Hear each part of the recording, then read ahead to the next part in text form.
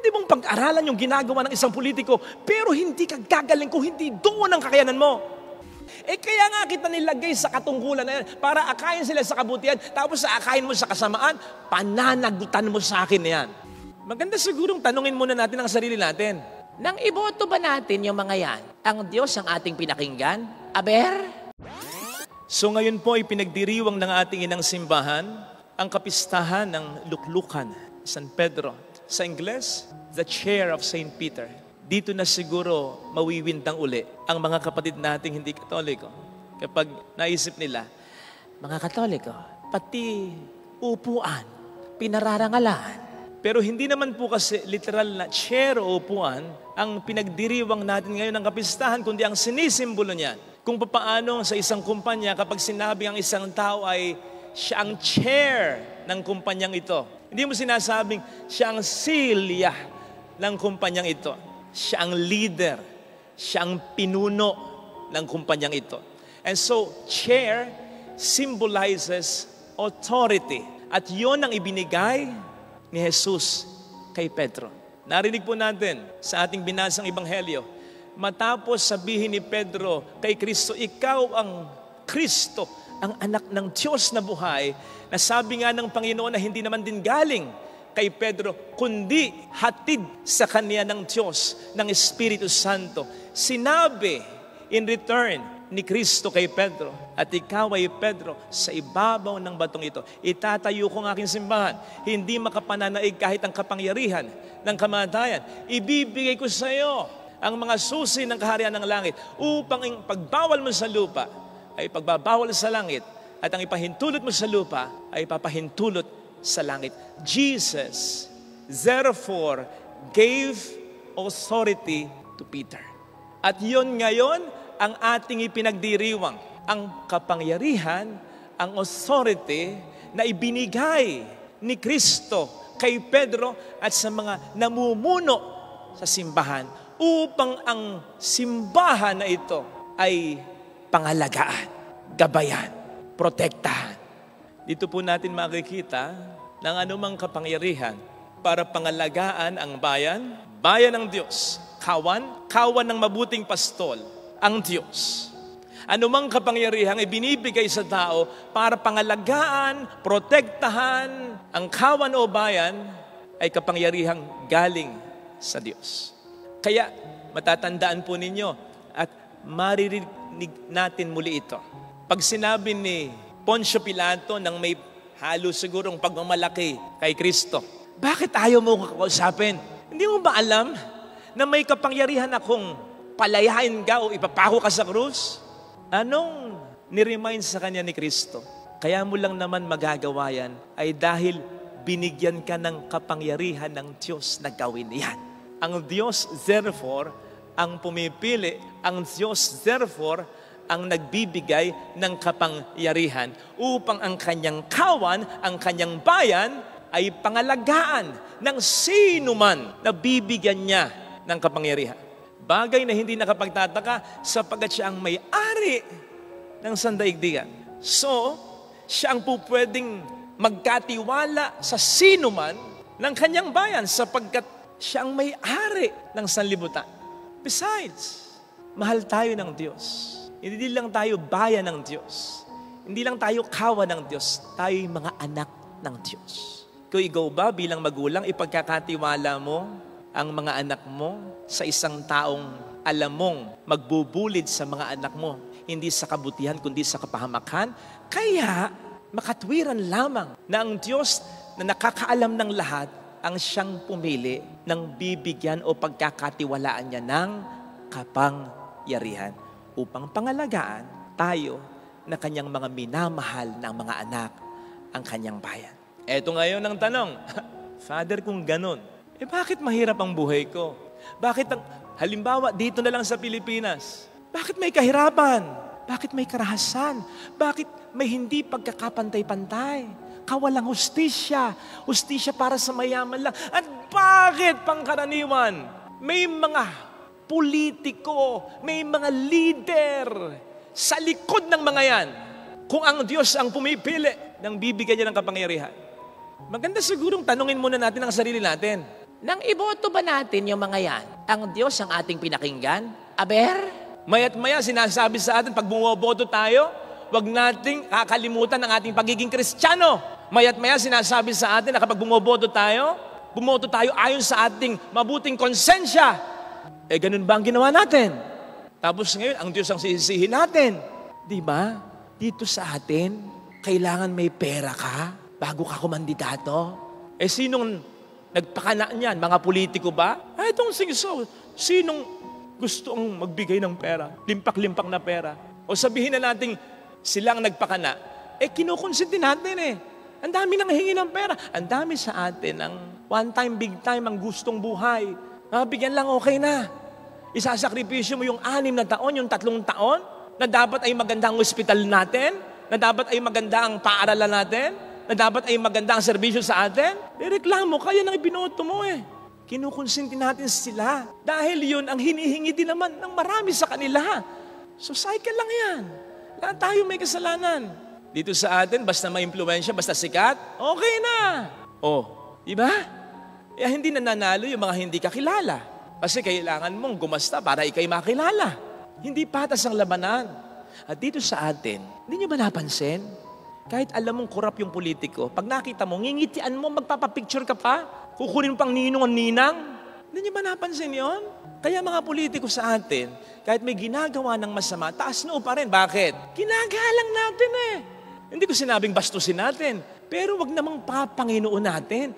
Iparamdam naman natin sa kanila. May mali kang ginagawa. Sa susunod, pag hindi ka nagbago, hindi ka naman nanalo. Dapat ganun. Hindi yung pinaparamdam natin sa kanila, basta mabigyan lang tayo, okay na. Hindi yung pinaparamdam natin sa kanila, kahit may ginagawa silang kasalanan, okay lang. Basta tayo mabudbunan kahit konti lang. Sabi ko nga, maganda. Kung pwede lang, hindi lang talaga. Lahat tayo makapag-abroad. Dun sa mga matitinong bansa. And we will realize, iwan na iwan ang bansa natin. And we will realize, hindi iwan ang bansa natin dahil mahirap ang bansa natin, kundi dahil hindi karapat-dapat na mga pinuno na ayon sa turo at aral ng Diyos ang hinahalal natin. Sa ibang bansa, mambabae lang nagbibitiw sa katungkulan. Kapag natuklasan, ng babae lang yon. Pasensya na kung nilalang ko kasi sa atin, ilan yun ng babae? Okay lang sa atin. Masangkot lang sa konting katiwala, nagbibitaw. Dito sa atin, limpak-limpak na perang ninakaw. Ay, nasa pwesto pa rin. Hindi ba? Tapos magtataka tayo kung bakit ganito tayo. Hello? Inis ako. Tapos sasabihin yung simbahan, nakikialam. Kailan ba sinabi ng simbahan sa inyo kung sino iboboto ninyo? Nag-block voting ba tayo? Hindi. Kasi naniniwala ang simbahan na may konsensya naman tayo. Hindi pala natin ginagamit Sabihin natin, nakikialam ang simbahan. Pinapaalalahanan ka lang kasi malinaw na hindi mo alam ang gagawin mo. O yan nga, hindi mo nga alam. Kaya tayo nagkakaganyan. Ang sabi sa 1 Corinthians 12, lahat tayo may iba't ibang kaloob ng Espiritu Santo. Ang kaloob ng Espiritu Santo, talento, kakayanan. Magkakaiba tayo ng kakayanan. Pare-parehas na pinainom ng isang espiritu, pero iba't iba ng epekto. Sapagkat kung tayo pinainom ng isang tubig, ang isang espiritu, iba-iba naman tayo ng katawan, lalagyan. Kung papaano ang tubig ay nilagay mo sa mangkok, sa timba, sa baso, pare-parehong tubig, pero iba't iba ng hugis, iba-iba kasi nalalagyan. Ganon ang talento. Iisang pinagmumula ng talento, ang Espiritu Santo, pero nagkakaiba-iba tayo ng talento sapagkat magkakaiba tayo ng lalagyan ng katawan. So iba yung kaya mo sa kaya ko. Iba yung kaya ko sa kaya mo. Magkakaiba tayo. Okay. In connection with this, ang sabi pala din ng ating Panginoon sa Mateo 25, pagdating sa talento, may binigyan sa atin ng 5,000 talento. May binigyan sa atin ng 3,000 talento. May binigyan sa atin ng 1,000 talento. Ayon sa ating kakayanan. Again, iba-iba tayo ng kakayanan. Okay? Kaya, meron talaga sa ating may kakayanan sa politika. Pero hindi lahat. Okay? At kung meron man tayong kakayanan sa politika, may certain standard lang ang ating kakayanan. Mayroon sa atin pangkapitan lang talaga. Hindi ko sinasabing hindi na mag-excel ang kakayanan niya, pero mas magiging productive siya kung mananatili lang siyang kapitan kasi hanggang dun lang talaga ang kanyang kakayanan. Pero hindi ibig sabihin, mas may kakayanan sa kanya, ang mayor, hindi. Magkaiba. Okay? May pang mayor lang din. May pang artista lang. O, nakita mo hindi ko nilalait ang artista. Pero pag artista, diyan ka magbo-bloom, diyan ka magbibigay ng kaligayahan sa iba, diyan ka makaka-inspire ng maraming tao. Okay? Hindi ko nilalahat ang lahat ng artista, okay? May mga matitinong artista na ang kakayanan pala niyang binigay ng Diyos sa kanya, hindi lang artista, kundi politiko rin, okay? Pero alam niyo namang may mga artistang pang-artista lang talaga. Ay, nako. So, kapag nilagay mo ang isang tao sa isang kalalagayan na hindi sakto ang kanyang kakayanan, Anong gagawin niya dyan? Ha? sige nga. O sige, pwedeng pag-aralan. Pero kahit pag-aralan mo, ako, nag-aral ako mag-drums, natuto ko mag-drums, di ako gumaling. Bakit? Hindi dun sakto ang kakayanan ko, napag-aralan ko, pero hindi ako gumaling. Naintindihan ninyo? Pwede mong pag-aralan yung ginagawa ng isang politiko, pero hindi ka gagaling kung hindi doon ang kakayanan mo. Ay, nako. Antalas sinasabi sa inyo yan. Pag nilagay mo ang isang tao sa kalalagyan na hindi sakto ang kanyang kakayanan, wala siyang ibang gagawin dyan, kundi konting gawa lang, more on pa-cute, o kaya worse, gagamitin niya ang kanyang kinalalagyan sa kanyang pansariling kapakinabangan. And double whammy yan. Bakit? Nagbibigay na siya ng problema dahil hindi siya sakto sa kinalalagyan niya. Yung sakto dapat na nasa posisyon niya, wala. Kaya dobling problema ang nararanasan natin. Hindi tama yung tao, yung tamang tao, wala. Bakit? Yung dapat na okupahin ng tamang tao, inookupahan ng maling tao. Sabihin sa atin ng Diyos, hindi naman yan ang gusto ko dyan eh. Sinasabi sa inyo, gusto ko yan dyan. Ito gusto ko eh. Ay, nako. Tapos ang Diyos ang sorry pero hindi ko dapat ipagyabang yung ginagawa nating pagtulong sa mga nangangailangan. Expose tayo sa ang hirap ng buhay. Lalo na dito sa atin, makita mo, maawa ka sa... Pag nakikita ko, alam mo yun, mas nabubuisit ako sa mga politiko. Kasi gaganda ng buhay nila. Hindi naman sa lahat, sa mga hindi dapat nasa katungkulan. Kasi tayo nagsasuffer. Sa ating unang pagbasa ay pinaalalahanan ni San Pedro ang mga nalulukluk din sa pwesto, binibigyan ng upuan, ng luklukan, ng kapangyarihan ng Panginoon na maging mapanagutan sa kanilang katungkulan. At kasama sa pagiging mapanagutan ay ang pagiging mabuting halimbawa sa kanilang nasasakupan. Sapagkat yung mga nasa katungkulan ang mas nakikita and therefore mas tutularan. Nakakita ko ng isang meme na talaga namang imbis na matuwa ako, nalungkot ako eh. Ang sabi sa meme ay ganito, picture siya ng maliit na buhaya. Ang nakalagay dyan, ang cute ng buhayang maliit, SK pa lang kasi. Kaya ako nalungkot sa meme na yan. Parang sinasabi, may mga sinusundan na mga malaking buhaya, ang ngayon pa lang ay maliliit pang buhaya. Hindi lang po politiko ang pinag-uusapan natin lahat ng nasa katungkulan. Halimbawa, mga pare, mga obispo. With great power comes great responsibility.